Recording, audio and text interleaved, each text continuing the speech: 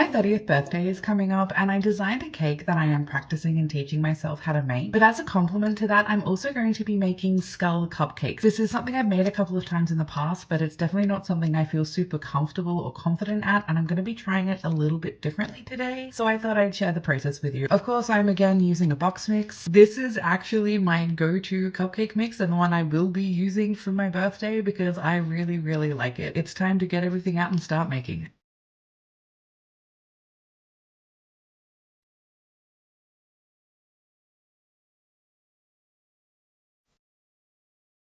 It's now time to put the cupcake mix into the patty pans, but I am doing a little bit of an experiment here because I don't know how much I need to fill them. Normally when I've done this, I've put in the foil now to make the shape of the skull, but I went back to the original video I found and it suggested doing it after you filled them, so I have no idea how full these need to be. My original plan was to lay these out from most full to least full, but this is the least full row. I'll just remember that and see how they turn out. It's not exactly a quarter, a half, 3/4 and totally full, but it's the best I could manage. Now we have to turn these into skull shapes using some rolled up bits of tinfoil. So I'm going to use these little foil pellets to shape each cupcake into a skull. Should look a little something like that. Let's do it for all of them. I'm not sure if I'm more worried about the ones that'll definitely overflow or the ones that are going to come nowhere near. But either way, it's time to bake this and we'll see how they turn out. They're out of the oven and this is hilarious. These are obviously the ones that I fully filled, which I knew were going to be overfilled. I do think they are cooked. I am actually not certain about that one though. The rest of them are cooked, so what I'm going to do is I'm going to take these out, I'm going to put these back in for another couple of minutes. The ones that I was like, oh, they're not even going to make it, actually turned out pretty decent, but I think this is probably our winning size. This one was still a bit too full. So I've taken the ones that have fully cooked out of the tray and put them in size order. These were the least full, the second least full, the second most full, and the fullest are still in the oven cooking. These went in for 15 minutes. These were fine. I actually quite like the shape of this particular skull, and I think the little skulls did benefit from that, but I think this is the optimal fill level. So I'm gonna have to go back to the uncooked clip to see how full that was, but that's what I'm gonna go for with the next one. But I am also going to try shaving off the top of these ones and icing that, so it'll be between these two. Now that all of the cupcakes have finished baking, these ones only took an extra 2 minutes. We can see the full size variety. These ones are clearly out of the running. They did not keep their shape, as I knew they wouldn't because I overfilled them. And I think these are probably out of the running too, but we'll hold off judgment until they're decorated. Now I have to let all of these cool down before I can ice them, so I'm gonna come back tomorrow with a part 2 to ice them. I'll see you then.